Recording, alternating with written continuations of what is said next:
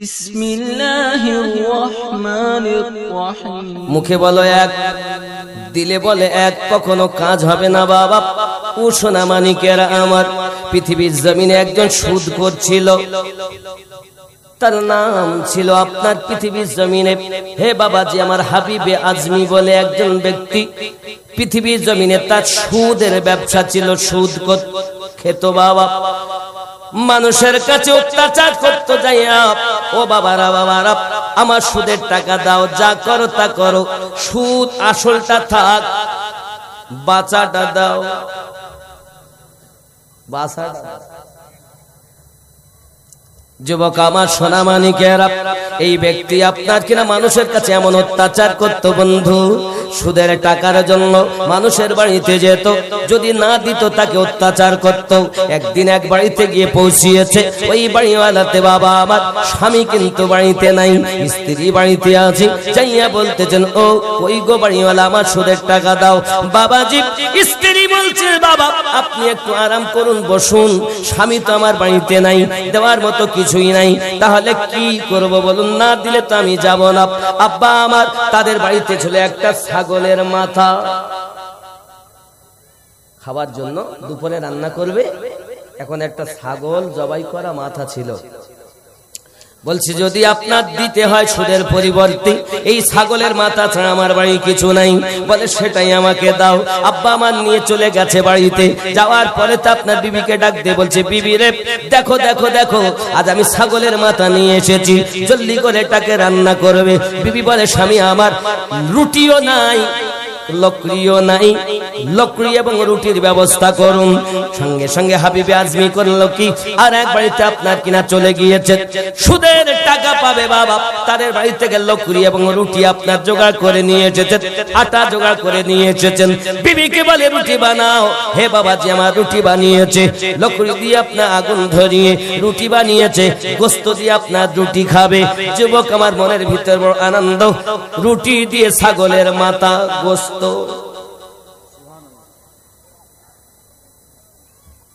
বিবি কি বলছে, বিবি লিয়ে আয়। বিবি লিয়ে গিয়ে পৌঁছিয়েছে। আব্বাজি আমার যেই না সম্মুখে রেখেছে বাবা, সঙ্গে সঙ্গে দেখে ওই গোস্ত গুলো সব রক্তে পরিণত হয়ে গেছে। জোরে বলুন নাউজুবিল্লাহ। এ যুবকের, সুদের টাকার জিনিস, হে বাবাজি সুদের পরিবর্তে ছাগলের গোস্তের মাথা, ছাগলের মাথা এনেছে, গোস্ত করে রান্না করেছে। বাবা আমার রুটি দিয়ে আপনার খাবে বলে বড় আনন্দ, কিন্তু দেখা গেল সেটাও রক্তে পরিণত হয়ে গেল। সুদ এত বড় হারাম জিনিস। হে যুবকেরা আমার, হাবিবে আজমির মনটা পরিবর্তন হয়ে গেল। কি করতে কি করলাম আমি, আমার তো খাবার রক্ত হয়ে গেল। মন পরিবর্তন, ওখান থেকে আপনাকে রাস্তা দিয়ে রওনা দিয়েছে। হে বাবাজি আমার, সোজা হাসান বাসরি হুজুরের দরবারে। আব্বা আমার হাসান বাসরি কে? আমার নবী পাকের স্ত্রী আম্মা সালমা রাদিয়াল্লাহু তাআলা আনহার স্তন পান করেছিলেন যিনি, হাসান বাসরি হলেন তিনি। হযরতে হাসান বাসরি রহমাতুল্লাহ আলাইহির দরবারে হাবিব আজমি গিয়ে কিছু উপদেশমূলক কথা শুনলেন, মনের ভিতরে পরিবর্তন এসে গেল। আর কোনদিন আমি সুদ খাবো না রে বাবা। রাস্তা দিয়ে আসতেছে, হে যুবকেরা আমার, হঠাৎ করে বাচ্চারা বলা খাওয়া করছে, সরে যাও। কেন? হাবিব আজমি আসতেছে বড় সুদখোর, এর পায়ের ধুলো যদি আমাদের গায়ে লাগে তো আমরাও নাপাক হয়ে যাব। হাবিবে আজমি মনটা বড় খারাপ। ওরে আমার জামান যুবক সোনা মানিকেরা, বাড়িতে যখন রুটি খাওয়ার জন্য বসেছিল, দরজায় একটা ফকির এসে আওয়াজ দিয়েছিল, আমি বড় ক্ষুধার্ত, আমাকে খেতে দাও। হাবিবে আজমি বলেছিল, খেতে দেওয়া হবে না, এখানে কিছু পাবে না, চলে যাও। নিজেরা খেতে গিয়ে রক্তে পরিণত হয়ে গিয়েছিল। যুবকরা আমার, হাবিবে আজমি বিবিকে যাইয়া বলছে, বিবি রে আজ থেকে আমি আর সুদ খাবো না। আমি হাসান বাসরি হুজুরের দরবারে অনেক উপদেশমূলক কথা শুনলাম, বিবি আজ থেকে আমি সুদ থেকে তওবা করে দিলাম। হুজুর নিজের স্ত্রীকে ডাক দিয়েছেন, স্ত্রী বলো না এখন উপায় কি হবে। বাবা আমার ওখান থেকে চললেন সোজা আপনার দরিয়ায় ফেরাতের নিকটে ছোট্ট একটা ঘর বানিয়েছেন। ঘর বানানোর পরে সারাদিন ওখানে আল্লাহ আল্লাহ করেন। দিনের বেলা কখনো হাসান বাসির দরবারে সারা রাত ধরে ইবাদত বন্দেগী করেন। স্ত্রী ডাক দিয়ে বলে, আমার স্বামী বাড়িতে কোনো খাবার নাই। চিন্তার কারণ নাই। আমি এমন মালিকের কাজ করি, তিনি বলেছেন 2-1 দিন অপেক্ষা করতে দিবে, কারণ এই অল্প দিনে তিনি খুব বড় মালিক, কিন্তু অল্প দিনে তার কাছে চাওয়া যায় না, আমার লজ্জা লাগে। তো বলেছে 2-10 দিন পরে 10 দিনের বেতন একসঙ্গে দেবে। বিবি আমাদের ঘরের হলে কি বলতো, খাবার দিতে পারো না, থাকবো না তোমার বাড়ি, তোমার জানা দরকার তাড়াতাড়ি। আমরা ভান্ডারে পাই 1000 কড়ি।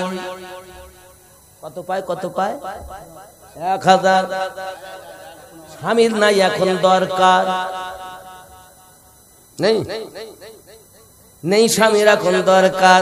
যদি কিছু না হয় মাসে মাসে টাকা ঢুকবে, খাবো। আপনাদের দিকে বিবাদা আছে নাই? সেন্টার কতটা কাজ করে জানেন? হাত চলে, মুখ চলে, চোখ চলে, কান চলে, কে কোন দিকে যাচ্ছে দেখে। শুটিং শাটিং ফিটিং, কাঁধে মেরেছে সিফটি পেনার হুকিং, ঘাড়ে ঝুলিয়েছে ধেনাচিকে একটি ব্যাগ।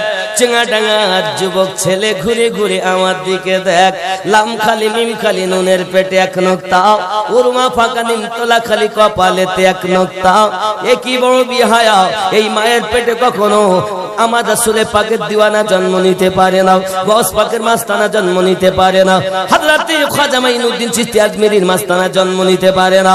আব্বা আমার সন্তান ভালো হওয়ার পিছনে মায়ের 3 রকম হক আমার নবী বলেছেন। মায়ের দায়িত্ব বেশি, মা যদি হয় খারাপ ফল হবে খারাপ।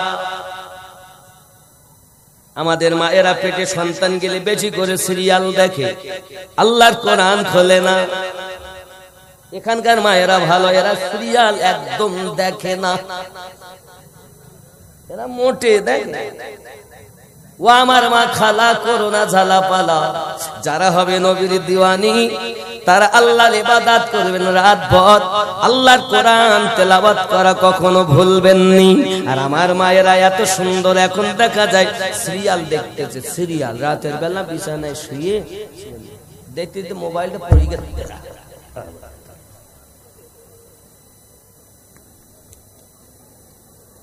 আল্লাহ পাক বলছেন, আমি চোখ দিয়েছি, চোখ দিয়ে দেখে না। আমি আল্লাহ কান দিয়েছি, কান দিয়ে শোনে না। আমি আল্লাহ দিল দিয়েছি, দিল দিয়ে ভাবে না।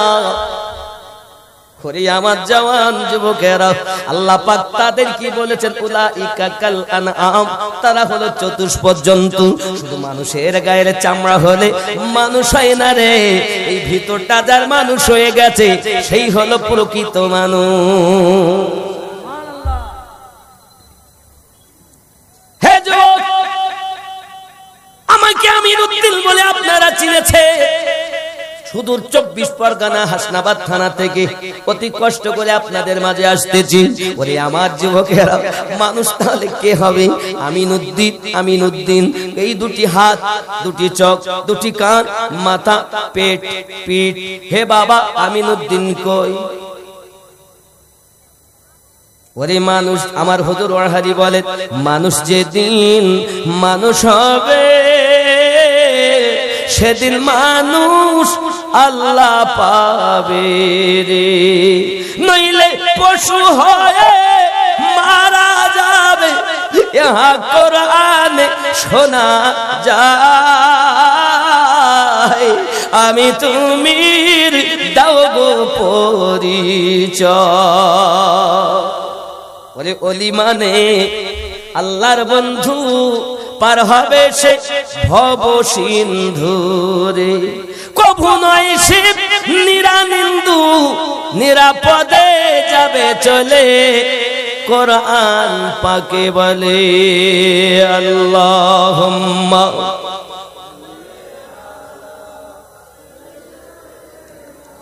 মাওলানা মুহাম্মদ ওয়া আলা আলি সাইয়্যিদিনা। তুমি নিজেকে গোলাম বানিয়ে নাও। কলব, রুহু, সির, খফি, আকফা, পাঁচটি লতিফাকে জিন্দা করে নাও বাবা। তোমার ভিতরে কলব দিয়েছে আল্লাহ, হৃদপিণ্ড দিয়েছে, দিলটা দিয়ে তুমি চিন্তা ভাবনা করো। আল্লাহ পাক বলেন লাহুম কুলুবুল্লাহু লা ইয়াফকাহুনা বিহা, আমি আল্লাহ অন্তর দিয়েছি, অন্তর দিয়ে চিন্তা ভাবনা করে না। হে যুবকেরা, পৃথিবীর সামনে যদি আপনি আমি একবার চিন্তা ভাবনা না করি, সব কিন্তু বেকার হয়ে যাবে। কল বাম স্তনের 2 আঙ্গুল নিচে, রুহু ডান স্তনের 2 আঙ্গুল নিচে। হে যুবক আমার, মানুষের ভিতরে রোগ, এই রোগ থেকে নিজেকে মুক্ত করতে হবে। যেদিন আপনি আমি রোগ থেকে নিজেকে মুক্ত বানাতে পারবো, ওই দিন আমি আল্লাহ ওয়ালা হব। আচ্ছা, আমাদের মধ্যে রোগ আছে, অন্তরের রোগ, জ্বর, আমাশা, সর্দি, পেট ব্যথা, ডেলিভারি কেস, এসব রোগ তো বলে। আচ্ছা, আল্লাহ পাক আল্লাহ তাআলা 14টা রোগের কথা বলেছেন। কলবের রোগ বলবো আপনাদের কাছে, 14টা রোগ খেয়াল করেন। 14টা রোগের কথা আল্লাহ কোরআন শরীফে জানিয়েছেন। হে যুবক, 1 নাম্বার কলবে মারিদ, অর্থাৎ রুগ্ন অন্তর। সূরা তওবা আয়াত নাম্বার 125 আছে এই কলবের রোগ, 1 নাম্বার রোগ। 14টা রোগ শুনে যান, অনেক কথা শুনছেন, ইউটিউব খুললে অভাব নাই, তবে রোগগুলো থেকে আগে নিজেকে বাঁচান। 1 নাম্বার রোগ কলবের, সেই কলবের নাম হলো কলবে মারিদ, অর্থাৎ রুগ্ন অন্তর। সূরা তওবা আয়াত নাম্বার 25 আল্লাহ এই রোগের কথা উল্লেখ করেছেন। 2 নাম্বার কলবে মাখতুম, অর্থাৎ মোহর মারা অন্তর। সূরা আল বাকারা আয়াত নাম্বার 7, খাতামাল্লাহু আলা কুলুবিহিম। এই 2 নাম্বার এ রোগ, কলবের রোগ। 3 নাম্বার কলবে গাফেল, অর্থাৎ গাফেল অন্তর। সূরা আল আরাফ আয়াত নাম্বার 179, যে কথা লাহুম কুলুবুল্লাহু লা ইয়াফকাহুনা বিহা, এটা একটা রোগ। 4 নাম্বার কলবে সালিম, অর্থাৎ পরিশুদ্ধ অন্তর। সূরা শুরা আয়াত নাম্বার 88। 5 নাম্বার কলবে মুতমাইন্না, অর্থাৎ শান্তিপূর্ণ অন্তর। সূরা ফজর আয়াত নাম্বার 27। বাবজি 6 নাম্বার কলবে মুনির, অর্থাৎ বিনতি অন্তর। সূরা কাফ আয়াত নাম্বার 33 ও 34। 7 নাম্বার কলবে জায়েগ, অর্থাৎ বক্র অন্তর। সূরা আল ইমরান আয়াত নাম্বার 8। 8 নাম্বার কলবে আমা, অর্থাৎ অন্ধ অন্তর। সূরা হজ আয়াত নাম্বার 46। 9 নাম্বার, এগুলো রোগ কলবের। বহু ওয়াজ শুনছেন, এই ওয়াজ শুনেছেন? এই ওয়াজ নাই এখন, এটা ফজিলতের ওয়াজ। ডান পা দিয়ে মসজিদে গেলে এতরা নেকি, হাগা পাদা মোতার দোয়া পড়লে এতরা নেকি। হাগা পাদা মোতার দোয়া পড়ি হবে কি যদি ভেতরে রোগী থাকে? যুবক ভালো করে শোনো, আমারে কেউ সইতে পারে না, মানে আমার বন্ধুর থেকে দুশ্মন বেশি। 9 নাম্বার কলবে খাস, অর্থাৎ বিনয়ী অন্তর। সূরা হজ আয়াত নাম্বার 54। 10 নাম্বার কলবে কাসি, অর্থাৎ কঠিন অন্তর। সূরা আনআম আয়াত নাম্বার 43। 11 নাম্বার কলবে মুকাফফাল, অর্থাৎ তালা লাগানো অন্তর। সূরা মুহাম্মদ আয়াত নাম্বার 24। 12 নাম্বার কলবে মাসনুন, অর্থাৎ পর্দা পড়া অন্তর। সূরা আনআম আয়াত নাম্বার 25। 13 নাম্বার গালিজুল কল, অর্থাৎ কঠোর অন্তর। সূরা ইউনুস আয়াত নাম্বার 88। 14 নাম্বার কলবে মারিন, অর্থাৎ জং ধরা অন্তর। সূরা মুতাফফিফিন আয়াত নাম্বার 13। এতটা রোগ এই অন্তরে। সকালবেলা যদি কেউ গোনা করে, সাবুদানা মতো একটি দাগ পড়ে যায়, আব্বা আমার সকালবেলা গোনা করেছি, ফেরেশতা 2 কাঁধে 2টি আছে, আছে না নাই? দুই কাঁধে দুটি ফেরেশতা, একজন ভালো লেখে আর একজন খারাপ লেখে। এখন ভালো লেখেছে বলে ভাই দাঁড়া দাঁড়া, কেন রে? সকালবেলা ভুল করেছে, হতেও পারে জোহরের সময় নামাজ কালাম পড়বে, তওবা করবে, তখন আর তো লিখতে হবে না। আল্লাহর বান্দা জোহর হয়ে গেল, নামাজ পড়লো না, তওবা করলো না, কি করব বলে দাঁড়াও একটু, আসর হতে পারে, আসরে যাইয়া বেটা গেল না, নামাজও পড়লো না, তওবাও করলো না। যুবক আমার বলছে কি হবে বলে দাঁড়াও অপেক্ষা কর, মাগরিব যেতে পারে, সারাদিন হয়তো ডালে ডালে চলে গেল, মাগরিব হতে পারে, তওবা করলে লিখতে হবে না। মাগরিবেও গেল না, কি হবে বলে লিখিস না, একটু পরে লিখবি, দাঁড়া। এসা যদি পড়ে, ও বাবা চলে গেছে চায়ের দোকানে চা খেতে, চা খেয়ে আড্ডা ঠোকে, ক্যারাম বোর্ড খেলে, তাস খেলে, কত কি করে। বাবা আমার রাত 10টা বেজে গেছে, বলছে লিখবো, দাঁড়া হতে পারে বাড়ি গিয়ে করবে। এবার আপনার কিনা রাত 10টার সময় বাড়ি এসে শিববার বলছে দরজাটা খোল, খুলেছে, হাত মুখ ধুইলো, ধুইয়ে এসে বলছে দে দুটো গিলি। গরুর মতন খেয়েছে, মশির মতো পড়ে গেছে, মোবাইলটা হাতে। ফেরেশতা বলছে লিখবো, বলছে এখন লিখতে হবে না, দাঁড়া। বলছে উজু করলো না, খেলো দিলো শুলো, তাহলে হতেও তো পারে মোবাইল রেখে ঘুমানোর আগে উজু করে আল্লাহর কাছে ঝুঁকে নিজের পাপ থেকে ক্ষমা চাইতে পারে। আল্লাহর বান্দা মোবাইল টেপে সিনেমা দেখে, ড্যান্স দেখে, হাঙ্গামা দেখে, কত কি দেখে, কি নাই এর মধ্যে? সব আছে না, সব আছে না, ভালো আছে, কালো আছে। আব্বা আমার দেখে, দেখতে দেখতে আপনার ঘুমিয়ে গেছে, বলে দেখি ঘুমাত, বলছে লিখবো। তো এবার তুমি লেখো, হে বাবাজি সকালবেলা পাপ করলে সারাদিন তার জন্য অপেক্ষা হয়, কিন্তু চাঙ্গা টাঙ্গায় জালসা হবে, এলাকার মানুষরা কষ্ট করে জালসা দিয়েছে, নিয়ত করেছেন কালকে হবে জলসা, আমরা যাব জলসাতে। বাবারে এখনো জলসাতে আপনি আসেননি, শুধু ওখান থেকে নিয়ত করেছেন, আপনার নামায় আমলে নেকি লেখা আরম্ভ হয়ে গেল। গুনাহ করলে এসব পর্যন্ত রাত ঘুমানো পর্যন্ত অপেক্ষা করা হবে, আর নেকি এলে আলাদা নেকি, সুবহানাল্লাহ বললে আলাদা নেকি, জিকির করলে আলাদা নেকি। শুধু আসেননি রে বন্ধু, বাড়িতে নিয়ত করেছেন জালসায় যাব, নেকি লেখা আরম্ভ হয়ে গেল। আব্বারে এখনো যদি আমরা আমার রবকে না চিনি, কবে চিনবো? আমার আল্লাহ বলেছেন বান্দা বান্দিরে পাহাড় পরিমাণ গুনাহ করে ফেলেছিস, আমি আল্লাহর কাছে একবার তওবা কর, আমি তোর জীবনের গুনাহ মাফ করে দেব। তুই যদি আমার হইয়া যাস, আমি আল্লাহ তোর হইয়া যাব। কি করেছেন আপনি সারা জীবন? ছেলে আমার, বিবি আমার, বাচ্চা আমার, জমি আমার, গাড়ি আমার, বাড়ি আমার, সব আমার। আমি কার? আমি কার? কথা কন, আমি কার? আমি আল্লাহর। আল্লাহর যারা হয় তারা কি কখন মিথ্যা বলে? আল্লাহর যারা হয় তারা কি সুদ খায়? হে যুবক,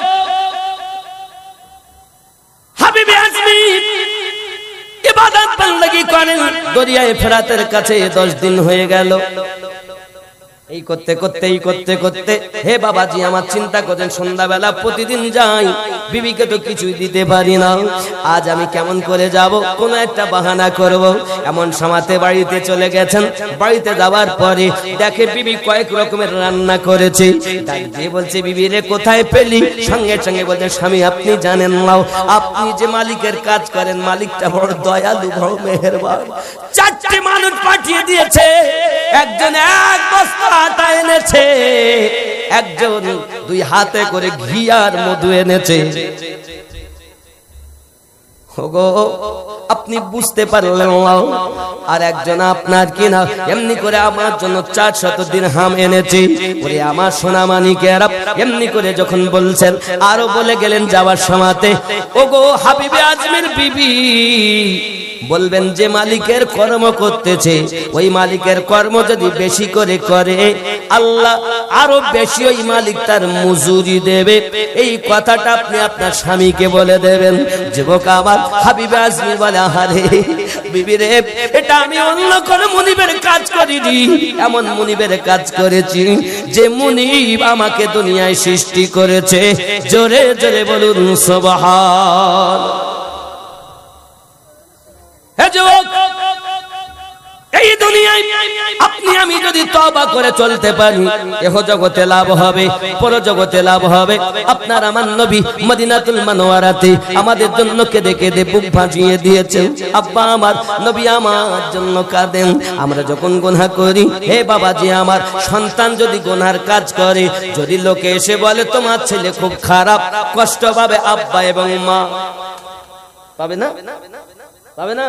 তোমার ছেলে ভালো না, অমুক মেয়েটার সঙ্গে এই কাজ করেছে, অমুকের জমি এত ফাঁকি দিয়েছে, অমুকের কম দিয়েছে। হে বাবা, কে ব্যথা পাবে? মা পাবে না? কিন্তু আপনি আমি পাপ করলে, আমার নবী আমাদেরকে দেখছেন।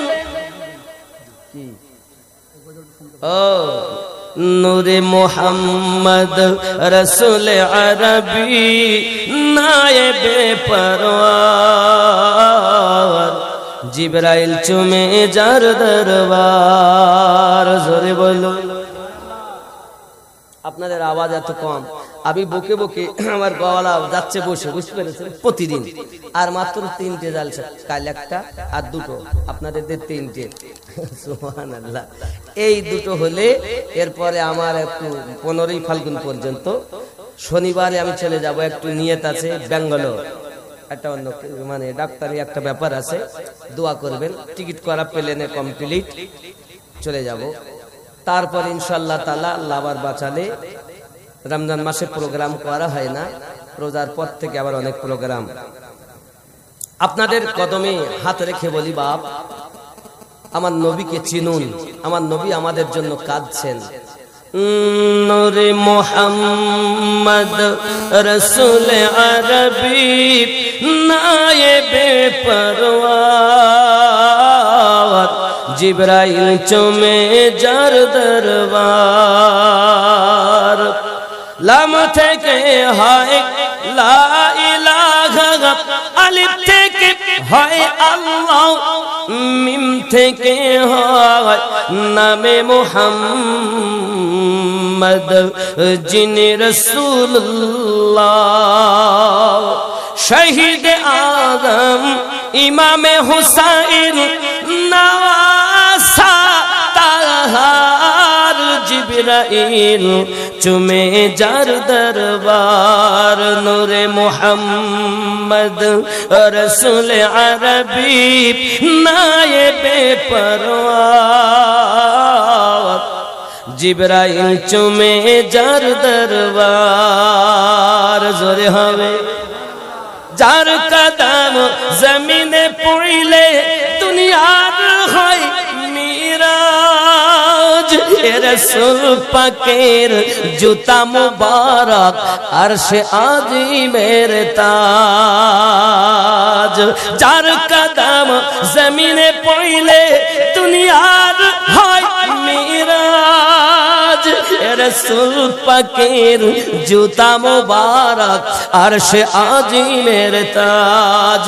সেই নবীর রওজা দেখিলে হবে জান্নাতের হকদার, জিবরাইল চুমে যার দরবার। নূরে মুহাম্মদ রসুল আরবি নায়েবে পরওয়ার, জিবরাইল চুমে যার দরবার।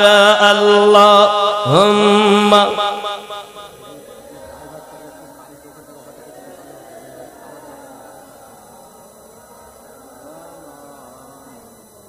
وعلى آل سيدنا। আব্বাজি আমার সোনা মানিক, খেয়াল করুন, আমার গাড়ি যেখানে আছে, মোহাম্মদ আমিরুল, তুমি গাড়িটাকে সরিয়ে রাখো। কমিটির মানুষদের একটু অসুবিধা হচ্ছে, গাড়িটা সরিয়ে একটু দূরের দিকে রাখো। হয়তো ওরা ওখানেই আছে, পাশেই তো থাকবে। হ্যাঁ, ওটা একটু সরিয়ে নিলে সুবিধা হয়। আর হয়তো অনেকে মনে করছেন খাওয়াবো, আমি বলবো আমি একটার ভিতরেই দোয়া খায়ের করে দেবো, বুঝতে পেরেছেন? এজন্য আমি চাইবো যে আমি নামার পরই, নইলে মেহফিল ভেঙে গেলে অসুবিধা। কথা বুঝতে পেরেছেন? এজন্য অবশ্যই খেতে হবে। খাওয়ার আয়োজন কতটা 14 মন মনে হয় গোস্ত, খাওয়ার আইটেম খুব সুন্দর ইনশাআল্লাহ। আমিও খাইনি, আপনারা চিন্তা করেন আমি হয়তো গিলেটাই এসেছি, না আমিও খাইনি, চিন্তা নাই আপনার। আমি শুধু চা খেয়েছি, আমি নাস্তাও করি, চা নাস্তা বলতে চা। কথা বুঝতে পেরেছেন? চিন্তা নেই। আমি যদি না খেয়ে বসে আল্লাহ আল্লাহ রসুলের কথা শোনাতে পারি, বলি আল্লাহর কথা শোনাতে পারি, আপনারা আর 1 ঘন্টা বসে থাকতে পারবেন না। 1 ঘন্টা পর সকল খেয়ে যাবে। রাজি আছেন? রাজি আছেন?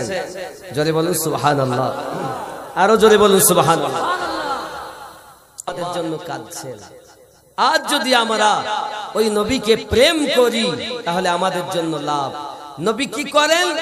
নবীকে যদি কেউ বলে আমাদের মতো মানুষ, বুঝতে হবে তার মাথায় উই পোকা লেগেছে। যেমন আপনি কারেন্টের তার এক টুকরো কেটে এনে বাড়িতে কাপড় মেলছেন, এখন সেও তামার, আবার আপনার বাড়ির পাশ দিয়ে বিদ্যুৎ গিয়েছে যে তারে, সেও তামার। এখন দুটো বলছে আরে তুই যা আমি তা। তখন কারেন্ট চলনেওয়ালা বিদ্যুতের তার বলছে খেপা তুই তামার আমি তামার, কিন্তু দেখ আমি ট্রেন চালাতে পারি, টেলিভিশন চালু করতে পারি, আমি বড় বড় ইঞ্জিন চালাতে পারি, আবার আমার থেকেও হাত দিলে কবরস্থান পাঠাতে পারি। বুঝতে পেরেছেন? তুই পারবি? না আমি ওটা পারি না। তামার হলেই হবে না, মানুষ হলেই হবে না। নবী হলেন কারেন্টের মানুষ, আল্লাহ নূরের মানুষ। যদি বলুন ওই নূর থেকে আপনার ভিতরে যদি নূর আসে তাহলে আপনি জানবেন আপনি প্রকৃত জীবন পেয়েছেন, নইলে বেকার। আমার আল্লাহ আমাদের নবীকে পাওয়ার হাউস বানিয়েছেন, আর আমার নবী যেতে যেতে হযরত আলী কারামাল্লাহু ওয়াজহুল করিমকে আপনার বেলায়েতের তাজদার বানিয়ে গিয়েছেন।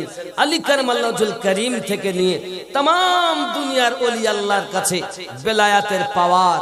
জোরে বলুন সুবহানাল্লাহ। হযরত উসমান জিন্নুরাইন আমার নবী পাকের রওজার কাছে গেছেন, যখন তাকে আপনার কিনা সবাই শত্রু হয়ে বয়কট করে দিলেন, তখন উনি রাতের বেলাতে নবী পাকের রওজার কাছে গিয়েছেন। ইয়া রাসূলুল্লাহ সাল্লাল্লাহু আলাইহি ওয়াসাল্লাম, কেউ তো বন্ধু মনে হয় না।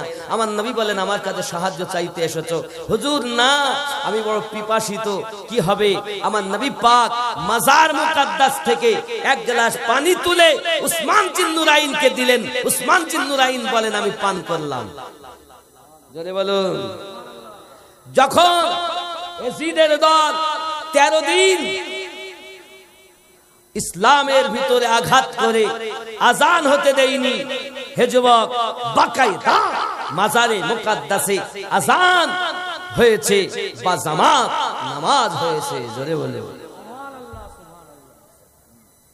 সূরা ইউনূসে 64 নম্বর আয়াত, এর তাফসীর খুললে দেখা যায় এর আয়াতটা এইরকমই। বিসমিল্লাহির রহমানির রহিম ওয়ালাউ আন্নাহুম ইযলামু আনফুসাহুম জাউকা ফাস্তাগফিরুল্লাহ ওয়াস্তাগফারা লাহুমুর রাসূল লাওয়াজাদুল্লাহা তাওয়াবার রহিম। আব্বাজি আমার নবী পাককে আল্লাহ পাক জানিয়ে দিয়েছেন, কি বললেন? ওয়ালাউ আন্নাহুম ইযলামু, अगर कोई अपने नफ्स पर जुल्म कर ले, কেউ যদি নিজের নফসের প্রতি জুলুম করে সে যেন আপনার দরবারে চলে যায়। আয় আল্লাহ, নবীর দরবারে গেলে কি হবে? বলছে ফাস্তাগফিরুল্লাহ, আমি আল্লাহর কাছে ক্ষমা ভিক্ষা চাইবে। ওয়াস্তাগফারা লাহুমুর রাসূল, আমার নবী তোমাদের পক্ষ থেকে আমি আল্লাহর কাছে ক্ষমা চাইবে। নবীর দরবারে যাওয়ার কথা আমিনুদ্দিন বলিনি, রব্বুল আলামিন সূরা নিসার 64 নম্বর আয়াতে বলেছে। আর এরা বলতেছে নবীর রওজায় যাওয়া শিরক। কি বলতেছে? শিরক বলে। এখন যদি কেউ বলে, ওর ব্রেনে বুঝতে হবে এই ইউটিউব দেখে অন্য মৌলবীরা ওর ব্রেন শেষ করেছে। আচ্ছা আপনারা তো সাধারণ মানুষ, বলুন দল হবে কয়টা? 73। জান্নাতে যাবে কয়টা? তাহলে 72 দল বেশি না? প্রত্যেক দলে মাওলানা, হাফেজ, কারি, মুফতি, মুহাদ্দিস, যুক্তি, বুদ্ধি সবকিছু আছে, কিন্তু জান্নাতে যাবে একটা। আমি চিন্তা করলাম এত লোক নামাজ পড়ি, রোজা রেখে, কোরআন তেলাওয়াত করে জাহান্নামে যাবে কেন? আব্বাজি আমার একটু বুঝবেন, এই 72 দল সদ্য বেশি পাগড়ি, টুপি, জুব্বা, ডিগ্রি দেখলে হবে না, মোহাব্বত দেখে বিচার করতে হবে। যেমন সহিহ বুখারী কিতাবুল ঈমান হাদিস নাম্বার 15, আনাস বিন মালিক রাদিয়াল্লাহু তাআলা আনহু বলেন, কি লা ইউমিনু আহাদুকুম হাত্তা আকুনা আহাব্বা ইলাইহি মিন ওয়ালিদিহি ওয়া ওয়ালাদিহি। আমার যদি ইউটিউব চালু করেন, আপনার ফেসবুকে, ইউটিউবে দেখতে পাবেন, দুটো গজল বলবেন। কি গজল? আপনি যে রকম দুটো বলবেন সবই তো বাজার। আমার দোকানের মাল খারাপ না গো হুজুর, আপনি দুটো বলবেন। কি কি? 0786 0786। আপনার মন থেকে শুনবো। সবাই আমার মাল ভালো, আপনি দুটো বলবেন। আমার দোকানের মাল খারাপ, কেউ কেন না হুজুর, বলবো যে আপনি যদি 786 ওইটা, হ্যাঁ, একটা আপনার মন থেকে শুনবো। আপনি নামাজ পড়েন, না হুজুর, একটু নামাজ পড়েন, বাপ আমার, সোনা আমার, কলজে আমার, কলজে আমার, নামাজ পড়ো আব্বা। হ্যাঁ হ্যাঁ, জি জি, জুমার নামাজে যাবেন এবার থেকে, যান ওইটা যান, তাহলে 2-1 ওয়াক্ত করে আরম্ভ করুন। আল্লাহ হেফাজত করে যান, আল্লাহ হেফাজত করে যান। আব্বা ভালো আছেন সবাই? রাগ করছে? আমি কি বাদ দিয়ে দিব, ছেড়ে দিব? বলবো, দুই কাঁধেতে চেপে আসেন হুসাইন ও হাসান, ধীরে ধীরে চলেন নবী ঈদগাহর ময়দান। জোরে হবে সুবহানাল্লাহ। কার কোলেতে ঈদের নামাজ পড়ব মা জননী, এখনো কি নতুন পোশাক তৈরি মোদের হয়নি। জান্নাত রানী মা ফাতেমা, জান্নাত রানী মা ফাতেমা, করোনা বায়াত, ধীরে ধীরে চলেন নবী ঈদগাহর ময়দান। পিতা আমার শেরে খোদা, মাতা জান্নাত রানী, নানা আমার কমলিওয়ালা মক্কি মাদানী।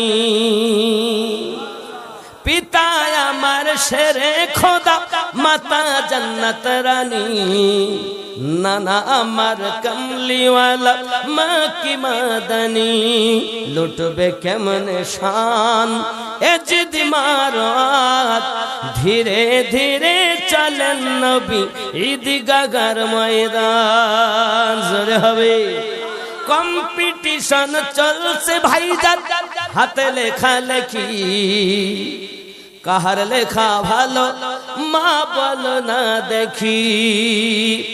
তারিখে যার ঘোষণা, তারিখে যার বর্ণনা, দুইজনের সমান, ধীরে ধীরে চলেন নবী ঈদগাহর ময়দান। জোরে বলো।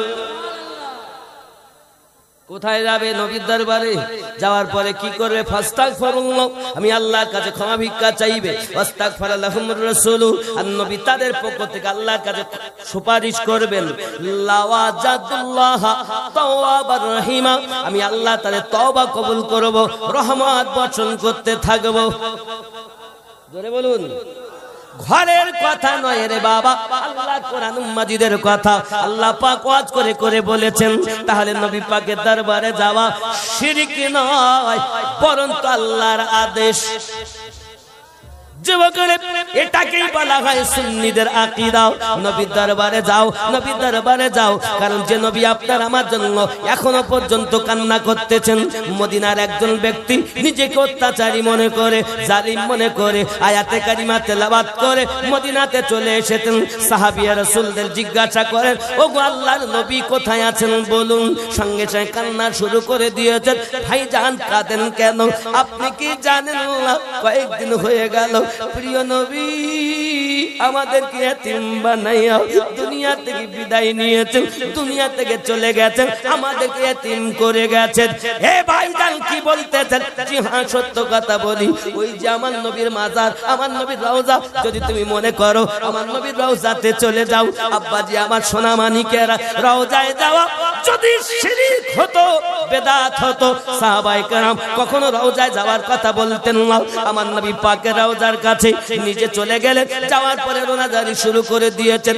তেরি কদমো মে আনা মেরা কাম থা, মেরি বিগড়ি বানানা তেরা কাম হে।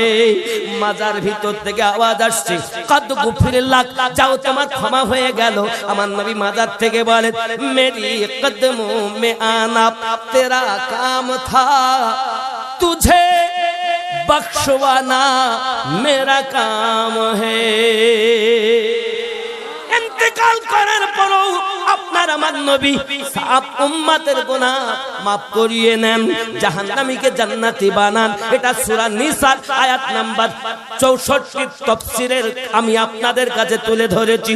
মিশকাত শরীফে হাদিস বর্ণনা, কাদ গুফিরিল্লাহ, আমার নবী মাজার থেকে বলেন তোমার ক্ষমা হয়ে গেল। ওই নবীওয়ালা যারা তারাও পারে ইন্তেকালের পরও আপনার কিনা অনেক কিছু করে দিতে পারেন। বলে আমার সোনা মানিকেরা, আমরা যে মযহাব মানি এই মযহাবের নাম হলো হানাফি মযহাব। কি মযহাব? কি নাম? হানাফি মযহাবের ইমামের নাম নোমান ইবনে সাবিত রাদিয়াল্লাহু তাআলা আনহু। নাম কি? নোমান বিন সাবিত। মুখস্থ রাখবেন, নোমান বিন সাবিত। তিনি রমজান মাসে 61 বার কোরআন খতম করতেন। কয়বার? আর আমরা মোটে একবার করতে চাই না। যদি বলেন হুজুর কেমনে, হিসাব করে বলা হয়েছে উনি আপনার কিনা সকাল বেলা 1 খতম, সারা দিন 1 খতম করতেন। আব্বা আমার এমনি করে এক পায়ে দাঁড়িয়ে দাঁড়িয়ে, ডান পায়ে দাঁড়িয়ে 15 পারা, বাম পায়ে দাঁড়িয়ে 15 পারা, দৈনন্দিন 2 খতম করে কোরআন তেলাওয়াত করতেন। 30 দিনে 60 খতম হতো। 20 রাকাত তারাবির নামাজ পড়তেন। 20 রাকাতে 1 মাসে 1 খতম করতেন। মোট 61 বার কোরআন খতম করতেন। ইমামে আজমের পা গুলো ফুলে মোটা হয়ে গেছে। আল্লাহর দরবারে হাত তুলে বলছেন, মালিক আমি ইমামে আজমকে যদি মানুষ না বানায়া গাছের পাতা বানাইয়া দিতে, জীব জানোয়ারেরা খেয়ে নিত, কিয়ামতের দিন হিসাব দিতে হতো না। হে যুবক, যে ইমামের মাসলা আমরা মানি, তিনি যদি এমন ব্যক্তি হয়, এ বাবা আমরা তো সুদের টাকা খাই। ইমামে আজম কেমন ছিলেন? কাপড়ের ব্যবসাদার ছিলেন। একদিন কর্মচারীকে বলছে, বাবা জি হুজুর, তুমি এক কাজ করো, কাপড়গুলো হিসাব করো আর টাকাগুলো ক্যাশ বাক্সে হিসাব করো, আমি একটু দাওয়াতে যাচ্ছি, একটু পরে আসবো। তো জেনে রাখো, 2টি কাপড়ে এক জায়গায় করে 2 জায়গায় একটু সুতো কাটা, মানে একটু মোটা মতো হয় না কাপড়, দেখবেন কাপড় আছে এক জায়গায় একটু মোটা হয়ে আছে, ওটাকে কি বলে? বিধা। বিধা আছে বাপ। বিধা মানে বোঝেন তো? বিধা মানে বোঝেন? ওই বিধিয়া আছে বা 5 টাকা করে 10 টাকা কম দামে বেচবে। ঠিক আছে হুজুর যান। হুজুর চলে গেলেন। এ বেটা দোকানে ভিড় হয়েছে, বিক্রি করে দিয়েছে, কাপড় বিক্রি হয়ে গেল মোটামুটি। উনি যখন এসেছেন দোকানে, এসে ক্যাশ বাক্সের টাকা আর কাপড় হিসাব করে দেখছেন 10 টাকা বেশি হচ্ছে। আবার গুনেছেন 10 টাকা বেশি। বাবা কর্মচারী রে, একটু আয়না রে বাপ, একটু গন্ত বাপ, কত টাকা? গুনে দেখে 10 টাকা বেশি। বাবা কি ব্যাপার, টাকা বেশি হয় কেন? হুজুর আমার মনে পড়েছে আপনি যে বলেছিলেন না 5 টাকা করে 10 টাকা কম দামে দুটি কাপড় বিধা থাকার কারণে কম দামে বিক্রি করতে, ওটা আমার আর মনে ছিল না হুজুর। আমি ভালো কাপড়ের দামে ওটাও বেচে দিয়েছি। ইমামে আজম বলেন, বাবা রে কি সর্বনাশ করেছো বাবা, কি ক্ষতি করেছো বাবা, তুমি যার কাছে কাপড় বেচছো তাকে কি তুমি চিনতে পারবে? হুজুর সম্ভব নয়, কার কাছে বেচে দিয়েছি, তবে বাবা তুমি কি টাকা চিনতে পারবে? না হুজুর তাও সম্ভব না। ক্যাশবাক্সের টাকা হিসাব করে দেখো, ক্যাশবাক্সের টাকা হিসাব করে দেখা গেল 40,000-এর মতো দিরহাম আছে।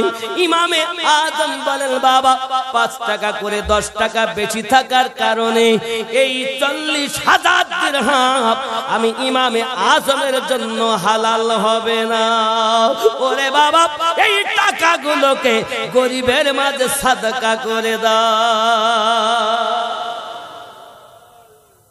তার মুজাবের লোক হইয়ে পেট ভরে সুদ খাচ্ছে আর বলছে আমি জান্নাতে যাব, মামুর বাড়ি যাবে, জানো জান্নাতের মামুর বাড়ি।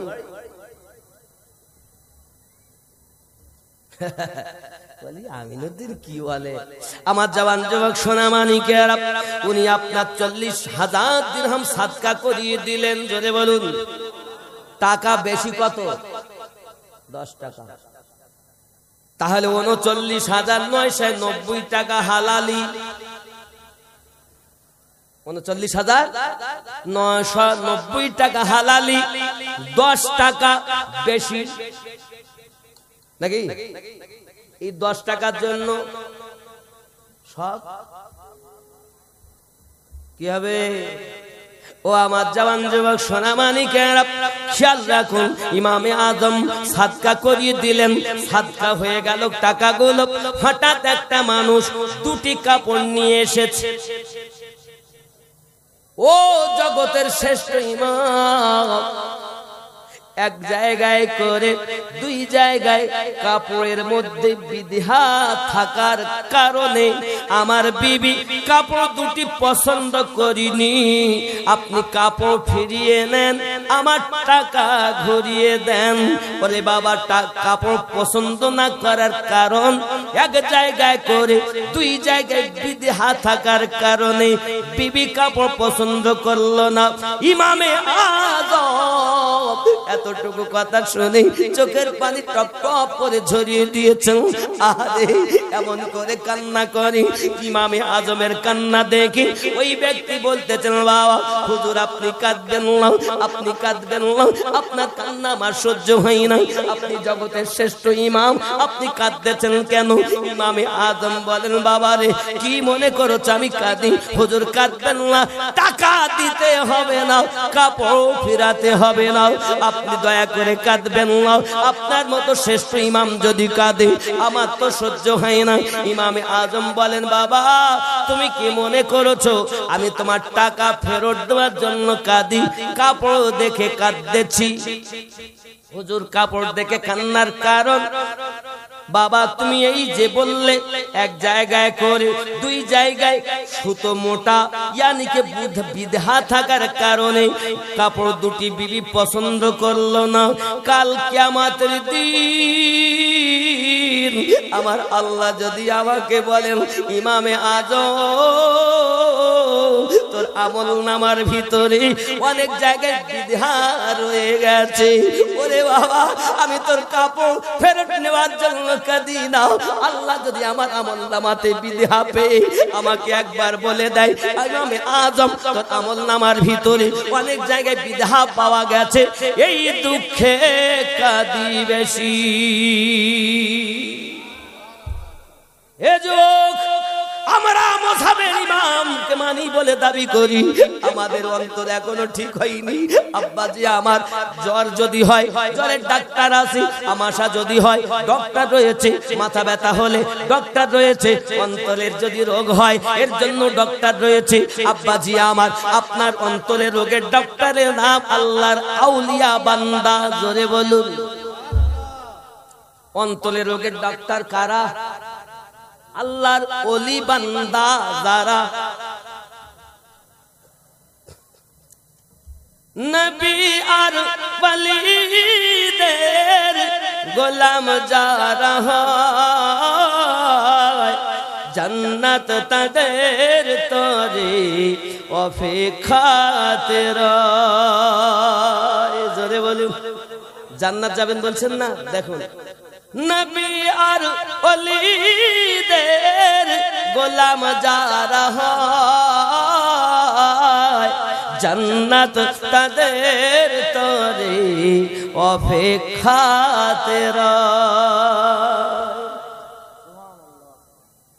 তাদের নাহি মরণ হয়, জিন্দা অমর তারা কোরআনেতে কয়। স্বয়ং আল্লাহ তাদের সাথে যেন মিশে রয়, জান্নাত তাদের তরে অপেক্ষাতে রয়। যুবক খেয়াল করেন, কঠিন হাসরের দিনে জান্নাতে যাবেন না নবী উম্মত বিনে। আগো কঠিন দিনে নবী যাবেন না উম্মতকে না নিয়ে, আর সেই উম্মত ঘুমিয়ে কাটাচ্ছে। হাইয়া আলাস সালাহ, লেপের মধ্যে পা ভরি বলে তোরাই মসজিদ চালা, জ্বালাস নে ভোরবেলা। হাইয়া আলাস সালাহ, আমরা নবীর দিওয়ানা, নামাজ পড়তে যাব না। আমরা নবীর দিওয়ানা, দাড়ি রাখতে পারবো না। আমরা ওলির মাস্তানা, মা বাপকে ভাত দিব না। আমরা নবীর দিওয়ানা, সুদ বন্ধ হবে না।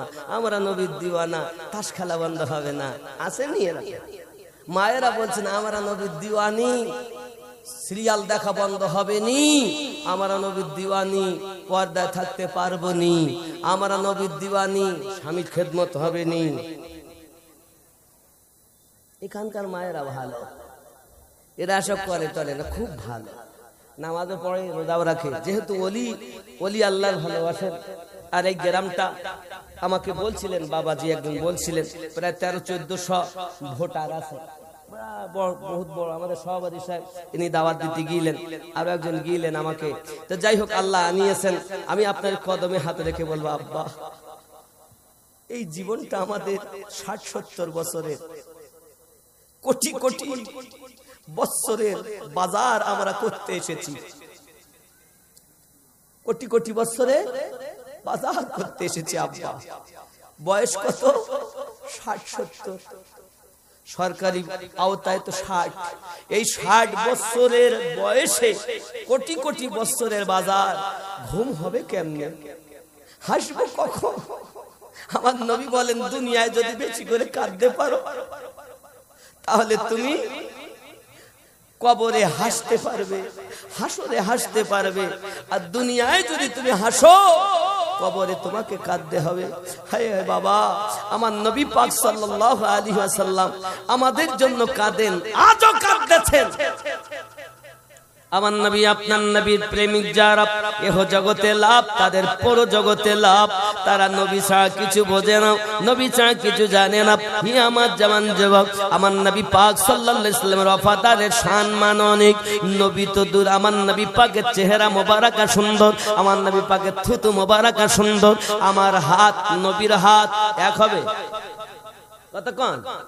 আমার হাত যদি এরকম আঙুল দেখাই, এই মৌলভী আমিনউদ্দিন এত বারবার আঙুল দেখাইও না, আঙুল নামিয়ে কথা কও। কবে না? কইবে না? বলবে কি না? যদি বারবার আঙুল দেখাই, আঙুল নামিয়ে কথা বল। আমিনউদ্দিন আঙুল তুললে রাগ হবে, আর আমাদের নবী পাক উংলি মোবারকা উঠালে চন্দ্র দুভাগ হবে। কোথায় আমিনউদ্দিনের আঙুল আর কোথায় রাহমাতুল লিল আলামিনের আঙুল? জোরে বলে। আমি যদি হাত লাভ নাই, রাহমাতুল লিল আলামিন যদি হাত তোলেন, ডুবন্ত সূর্য পুনরায় আসে। আমি যদি থুতু দেই, কেউ খাবে না। মনে করেন আপনাদের 14 মন বসে, আমি আমিনউদ্দিন 24 পর্যন্ত আইছি, তাই তো হুজুর আপনি এইছেন যখন, এত ভালো হুজুর, ইন্টারন্যাশনাল বক্তা বলে সবাই। আমি বাবা আমার পীরের দরবারে কুত্তার থেকে খারাপ বাপ, আপনারা বলেন তাই, আমার কিছু যোগ্যতা নেই বাবা, আমি বাঁশের বাঁশি বাজাই তাই বাজি। এখন আমারে আপনারা ভালোবেসে বলে হুজুর একটুখানি দোয়া করি দেন দিন, এত তো গোস্তের পাতলাটা তোলো, সরা তুলেছেন আর আমি যাই এক খাবলা থুতু গোস্ততে দিছি।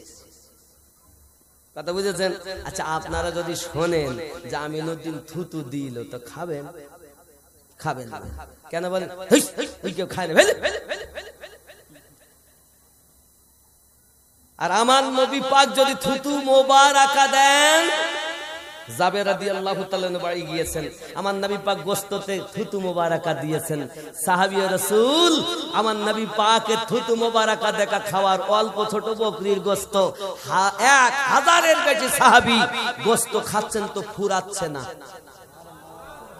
অল্প আটাতে নবী থুতু মোবারকা দিলেন, তা আটাতে বরকত, গোস্ততে বরকত। আমিনুদ্দিন দিলে খাবে না, রাহমাতুল লিল আলামিন দিলে ফুরাবে না। আমিনুদ্দিনের থুতু আর রাহমাতুল লিল আলামিনের থুতু মোবারক। এই নাক দিয়ে আমরা কি বার করি? পোটা। আপনারা কি বলেন? পোটা তো পোটা বলেন, নাকের পোটা নাকি? একদম বাংলা ভাষা নাকের পোটা। আচ্ছা বলুন, বিবি যতই ভালোবাসুক, যদি বলা হয় লে লেতে আমার আমিনুদ্দিন আমার বিবিকে, আমি আমার স্ত্রীকে বলছি আমিনুদ্দিনের পোটাটা লে দিন, লে দিন হাতে করলে আমার সঙ্গে তোমার বিয়ে হয়েছে, বাপ দিয়েছে বলে তোমার পোটাও কি আমাকে হাতে দিতে হবে? বলবে কি না? আবার ওই বউ ছাড়া ঘুম আসে না। শোনা তুই আমার জান, বউ ছাড়া ঘুম আসে না। সে বউ আপনার থুতু লেয় না, নাকের পোটা লেয় না। আর আমার আপনার নবী যখন উজু বানাচ্ছেন, নাক থেকে পোটা মোবারক আমরা বার করি পোটা, আর আপনার আমার নবী পাকের নাক মোবারকা থেকে বার হচ্ছে নূর। সাহাবী রাসূল হাতে করে নিচ্ছেন আমার নবী পাকের থুতু মোবারকা, নবী পাকের পোটা মোবারকা হাতে করে নিয়ে নিজের চেহারাতে মলেছেন। কালো সাহাবী নবী পাকের নাকের পোটা মোবারকার বরকতে আল্লাহ তার চেহারাতে নূর দিয়ে দিয়েছে। কোথায় রাহমাতুল লিল আলামিন আর কোথায় আমিনুদ্দিন? এজন্য আমিনুদ্দিনের পোটা আর আমার নবী পাকের পোটা মোবারক। তুমি কার ওয়াজ শুনেছো বাবা?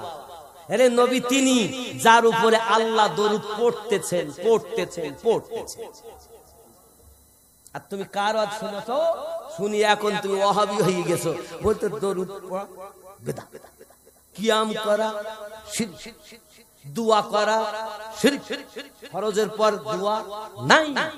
শবে বরাতের রাতে মসজিদে ইবাদত করা থেকে বেশ্যাখানায় গিয়ে মহিলাদের কাছে থাকা অনেক ভালো। জোরে বলুন নাউজুবিল্লাহ। এই রকম মৌলবি আছে না? আছে না? আমরা মৌলবি এই আমরাই সমাজটাকে নষ্ট করে ফেলেছি। আমরা লেকচারাররা সাধারণ মানুষ না, এরা তো ভালো মাটির মানুষ। আমি তো মনে করি আমার থেকে এরা ভালো। এরা বোঝে না, আমরা যেভাবে বুঝিয়েছে সেইভাবে বুঝেছে। আমি হাত ধরে বলি, পায়ে ধরে বলি, যুবক আমরা এমন নবীর উম্মত যে নবীর থুতু মোবারক, যে রাসূলে পাকের নাকের পোটা নূর, যে রাসূলে পাকের পেশাব নূর, যে রাসূলে পাকের পায়খানা মোবারক নূর, রাসূলে পাকের মাথা চুল মোবারকা থেকে কদম মোবারকা পর্যন্ত নূর হি নূর। আমার নবী তো দূরের কথা, আমার নবী পাকের কদম মোবারকার নিচের মাটির বরকত বলছি। বলবো জোরে বলুন সুবহানাল্লাহ, আরো জোরে।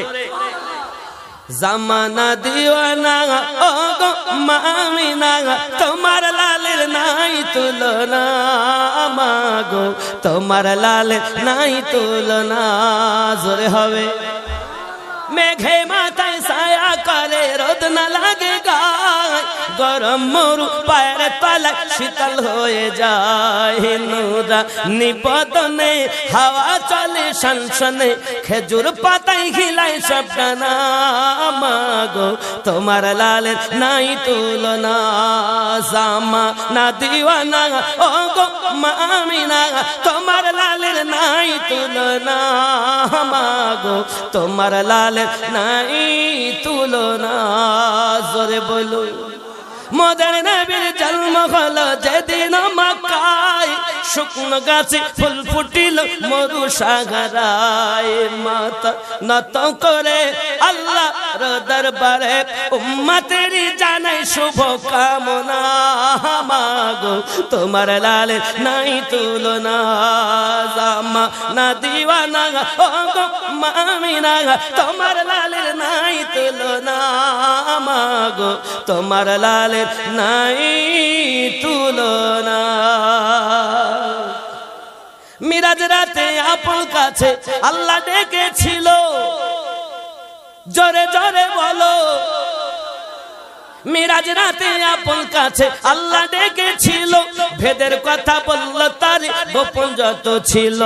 কারেন্টের সাওয়ারি বোরাক হয় তার গাড়ি, কারেন্টের সাওয়ারি বোরাক হয় তার গাড়ি। আর সে আজম জাহর হিল না, মাগো তোমার লালের নাই তুলনা, জোরে বলো। আব্বাজি আমার নবীকে মারবে বলে আবু জাহেলের বোনের আশা, আবু লাহাবের আশা। আবু লাহাব আমার নবীর বেই, আবু লাহাবের স্ত্রী উম্মে জামিল আমার নবীর বিন। ভালো করে বোঝেন, ভালো করে। নবী পাকের মেয়ে আম্মা রোকায়া, ভালো করে বোঝেন। হযরত জাইনাবকে বিবাহ দিয়েছিলেন আবু লাহাবের ছেলের সাথে, উতবা আর উতাইবা। হে যুবক, এমন সময়তে এই জাইনাব আর রোকায়া এই জন্য বেঈবিন হয়েছিলেন। ভালো করে বুঝবেন।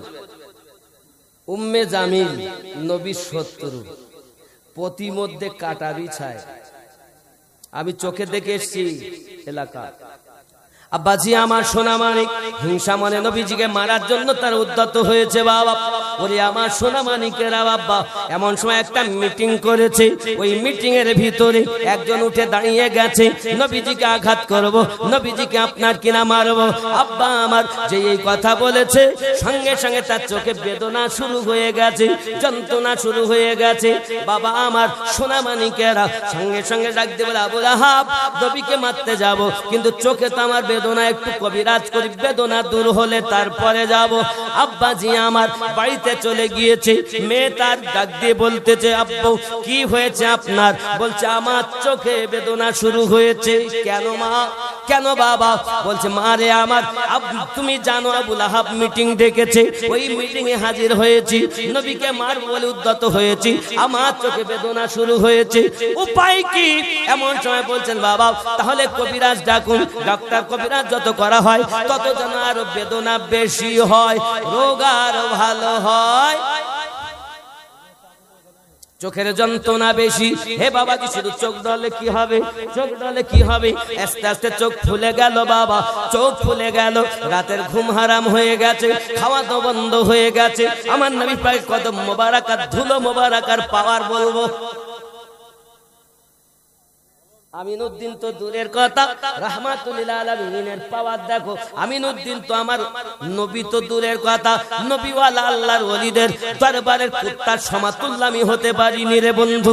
হে যুবকেরা, চেষ্টা করি ওলি আল্লাহর গোলামিতে যদি আমার জীবন যায়, একবার যদি ওলি আল্লাহ আমাকে কবুল করে আমার গোলাম, এটাই আমার জীবনের শ্রেষ্ঠ পাওনা। একটু দরুদ আল্লাহুম্মা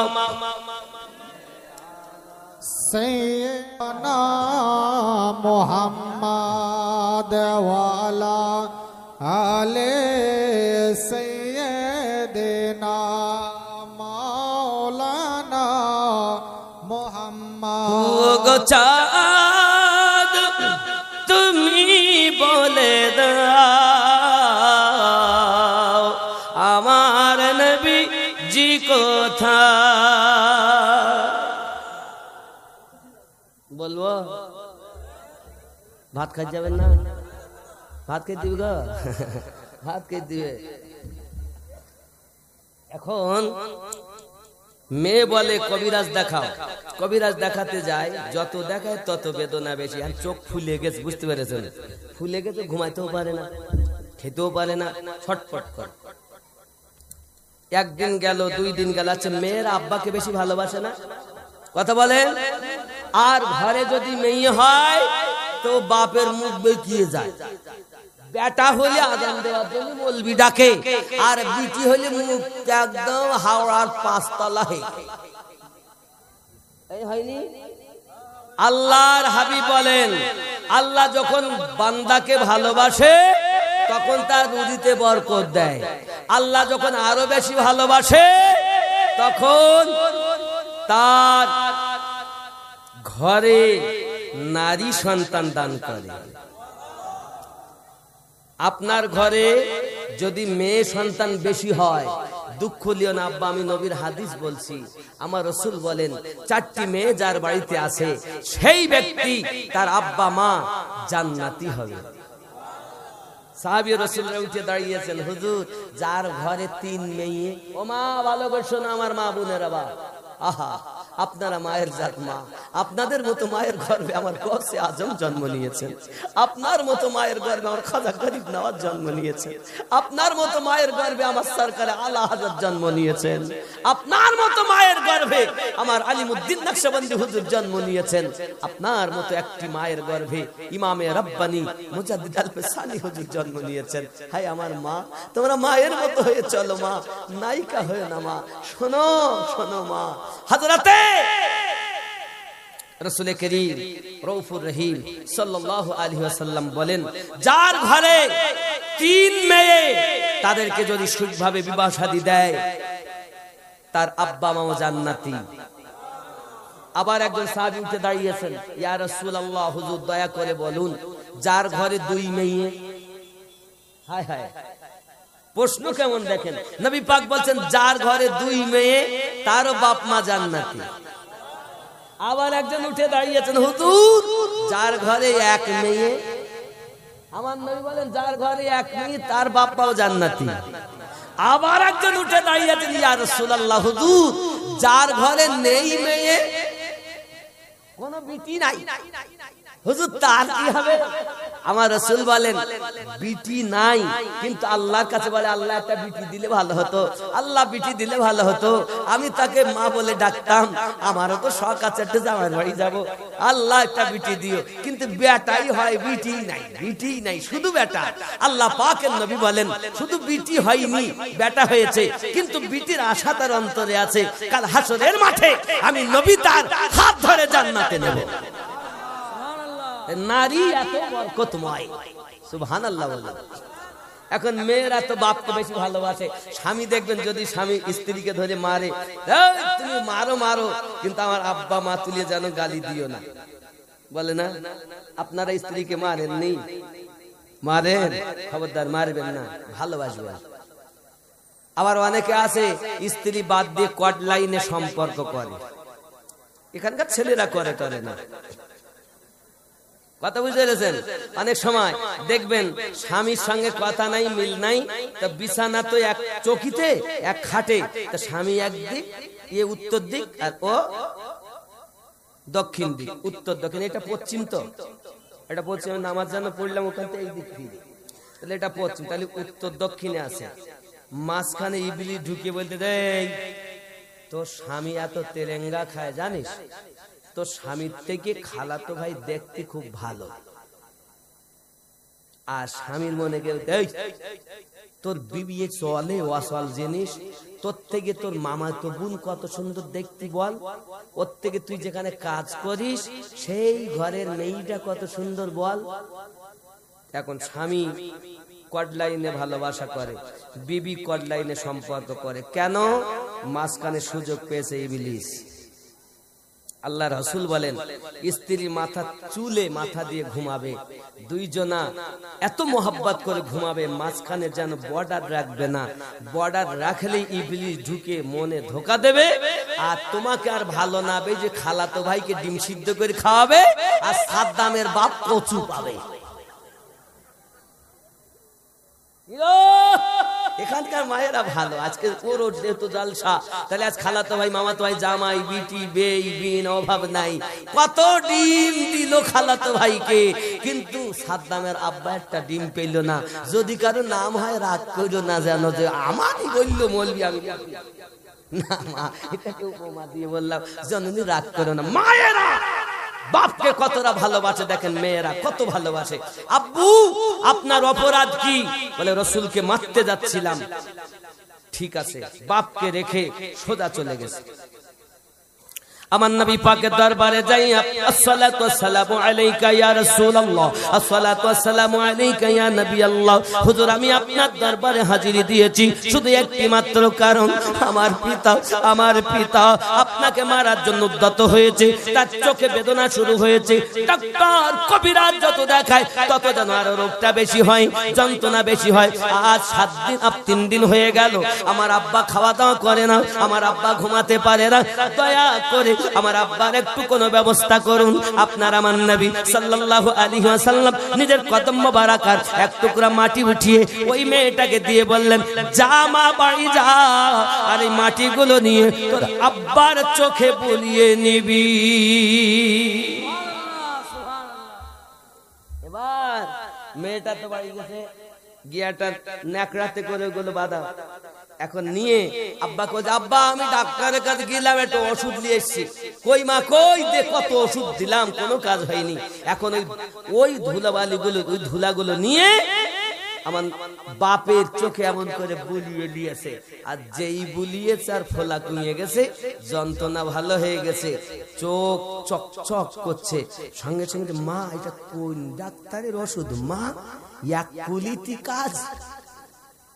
এক কুলিতি কাজ মানে বলেন, দেখেন শুধু বলে স্বামী ধরি ধরি মারে, তো হুজুর একটা তাবিজ করি দেন, দিন মোটে কাজ হয় না, তাবিজ করে দেন স্বামী ধরি মারে। ঠিক আছে একটা তাবিজ করে দিয়ে, শোনো এই পানি পড়িয়ে দিচ্ছি 1 গ্লাস, এটা নিয়ে যাবা, নিয়ে বাড়ি, তোমার স্বামী তো নাঙ্গল চড়ছে মাঠে খাটে, বাড়ি আসে এসে মারে, তো গরু ঠ্যাঙানো লাঠি দিয়ে মারে।